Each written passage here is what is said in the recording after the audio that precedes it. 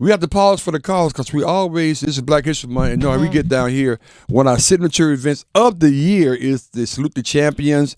And man, we got a great class coming up in 2024 this year, and we're so excited to talk to this young man who's part of this class.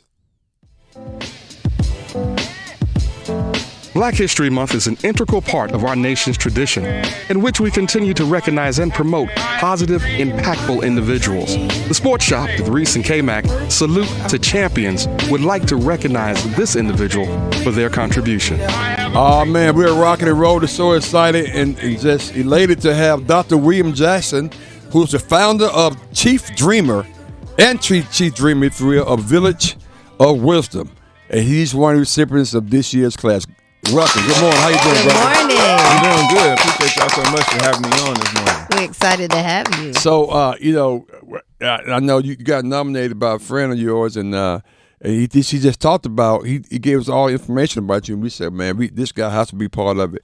How did you start, a Village of Wisdom? Talk about that. How did you start that? Yeah, the way I started it is actually I was a former teacher. I came to North Carolina to go to UNC Chapel Hill. Yay, Tar Heel. Yeah. And I think two things happened. One, when I was younger, my mom brainwashed me into believing that all scientists were black. Okay. That's Okay. Yeah. That's how you do it, Mom. And so my parents are really on that. My dad also was, in my life and doing a lot of good work as well.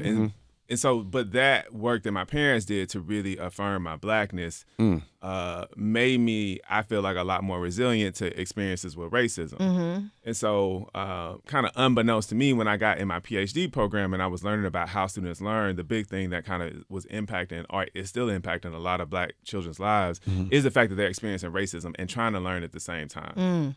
And that's just not fair. And so, what also was coming to me was just that, like, the research talks about the more that black parents affirm black children, the better they do in school. So the more I tell my child, I love you, the more I tell my child, you're a black genius, the more I tell my child that they're black and beautiful, the more likely they are to be kind of resilient to those moments and actually persist. And so Village of Wisdom was about getting black parents together to talk to each other about how they were going to affirm their children. That's interesting. Particularly, a story mother, she brainwashing you to thinking that all scientists were black. That's interesting.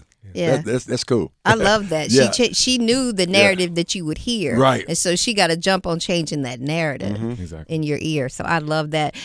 So they call you the Chief Dreamer. So I wanted to ask you what that means to you. What is a Chief Dreamer?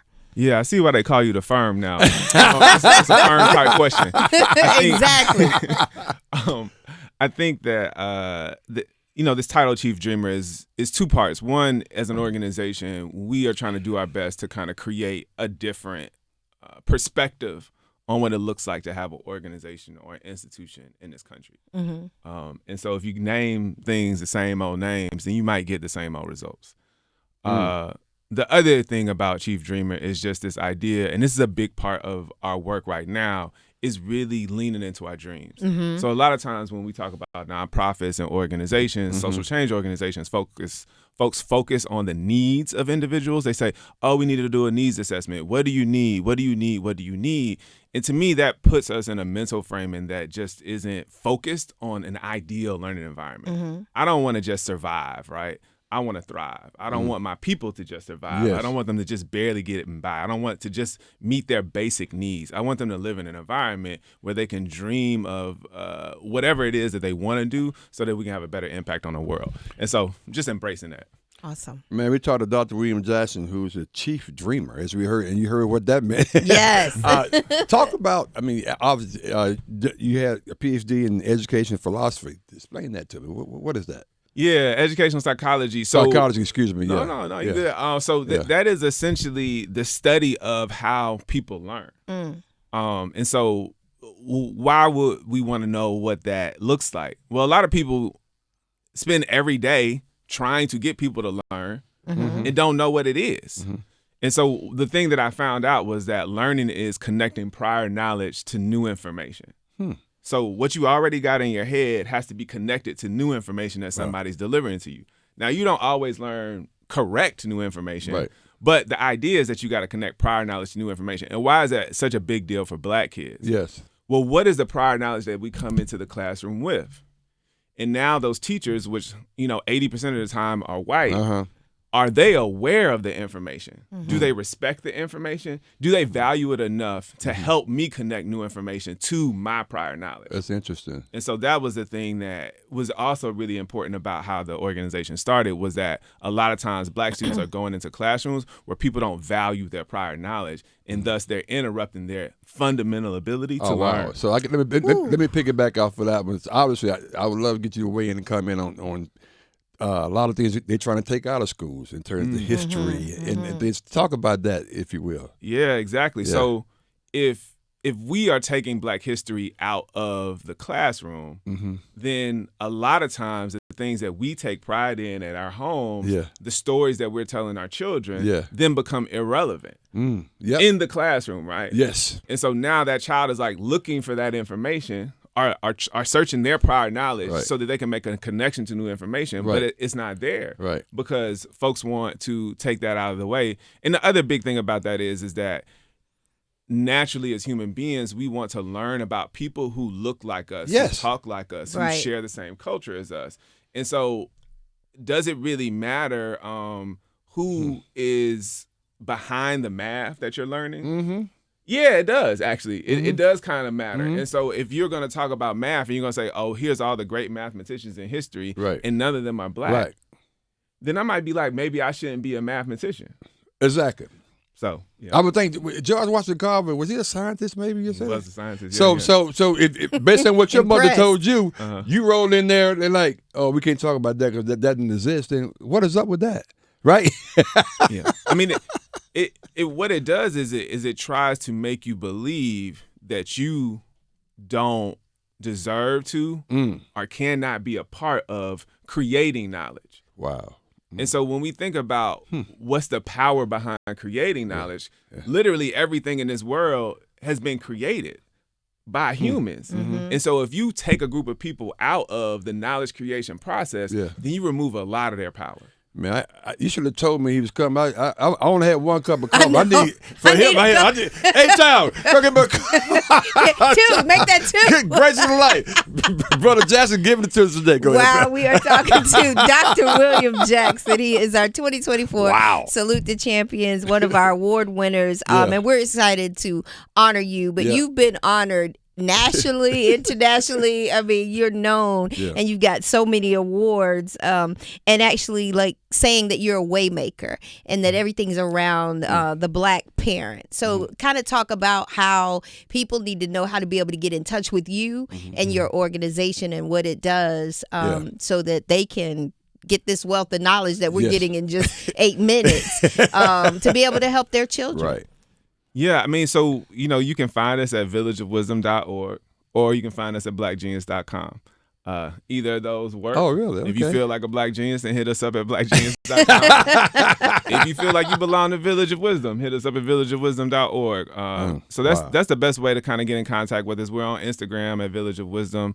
And those are kind of the main platforms. That we're also on Facebook. You can also, hit us up. We got an email inbox there, and we always try our best to respond. And so we're excited to get to, whoever reaches out to us. And in a year or so, we will reopen our Dreamship process, which is what is that? It's a fellowship for Black parents. That's what that was leading to my next talk about question. that. Perfect. I didn't want to get ahead. No, go ahead. Go ahead. So back to this idea of dreaming, right?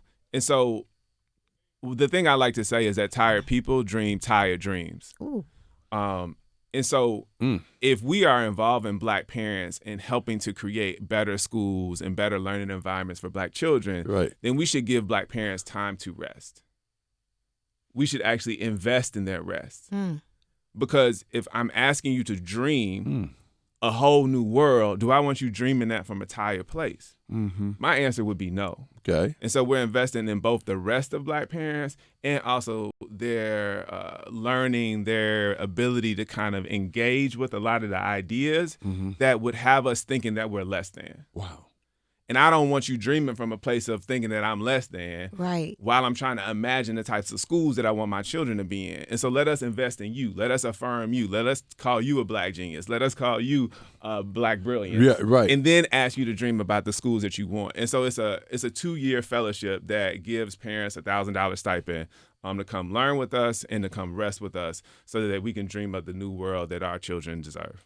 And Wow. and That's powerful. how long has that been going on? So we've been kind of piloting this work since like 2020. Okay. But this is the first official class of Dreamship Partners, and actually one of the people that recommended us for this award, Ruben, is going to be in our first class. Yeah, we want to know more This about is that. awesome. That's just awesome. So again, we talked. Wow, Dr. William Jackson. Dr. Jackson, who are those people or that person that really you could just pinpoint and say, you know what, I'm in this place where I am right now because of these people or this person. You know, like I said, my parents, you know, without them, I wouldn't be here. So, you know, shout out to Lillian and William Jackson. Okay. And then there's so many people, right? Like I think about folks like Gloria Ladson Billings. Gloria Ladson Billings is actually the woman, if folks have heard of culturally responsive or culturally relevant, she's the black woman who came up with this term.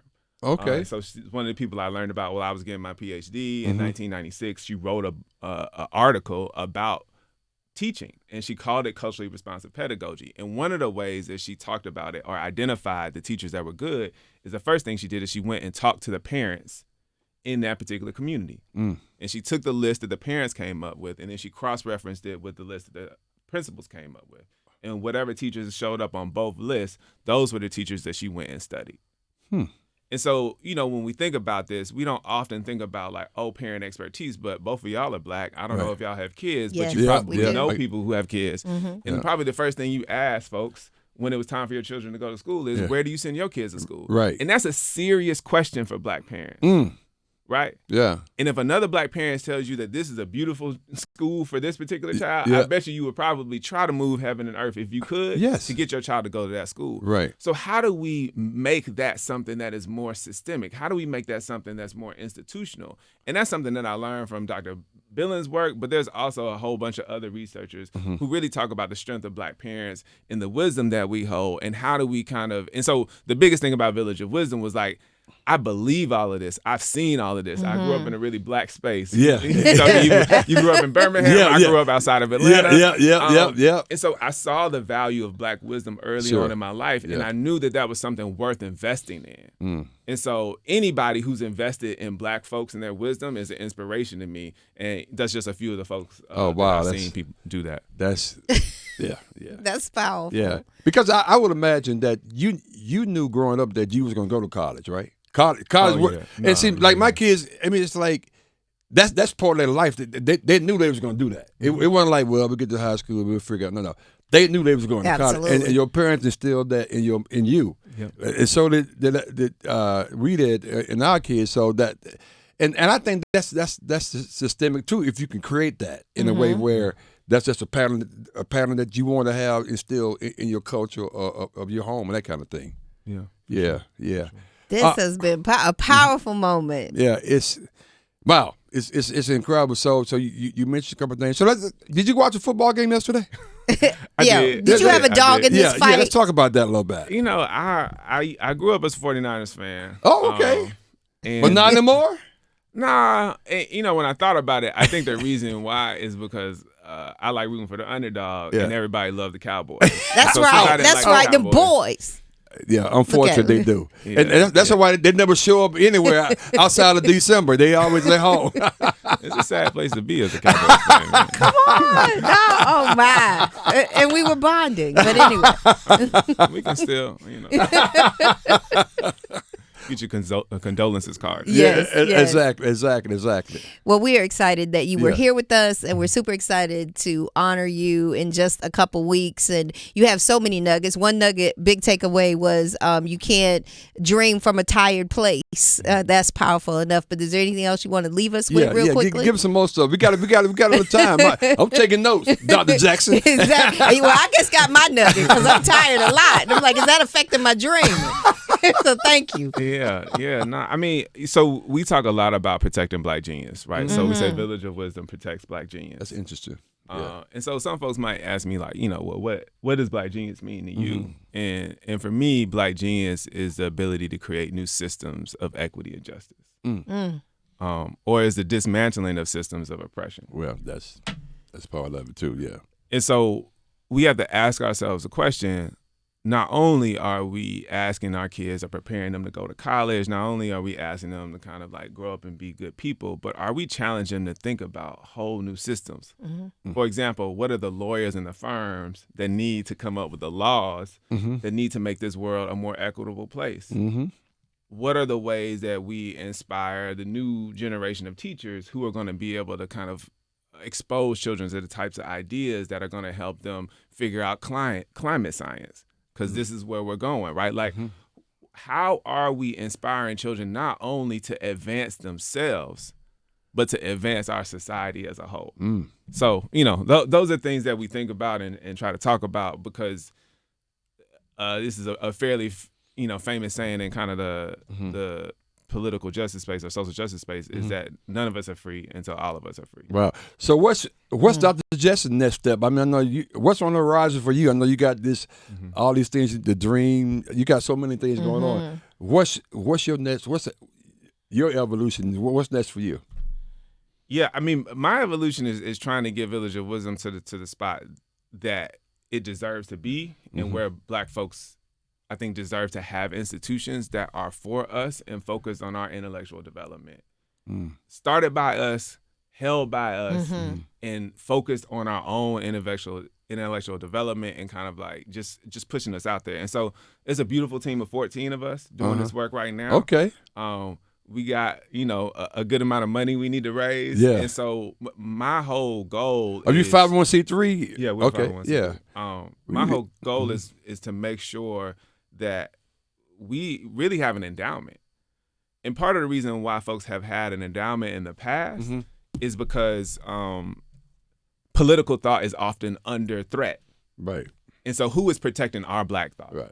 That's a good point. Good stuff. Dr. Jackson, man, trust me, I'm not joking. This has been a pleasure. I learned so much. I had no idea. Shout out to you, the person who nominated you, because he did a good job. And hey, man, we can't wait to hear more about it. That's right. D.R. Reese.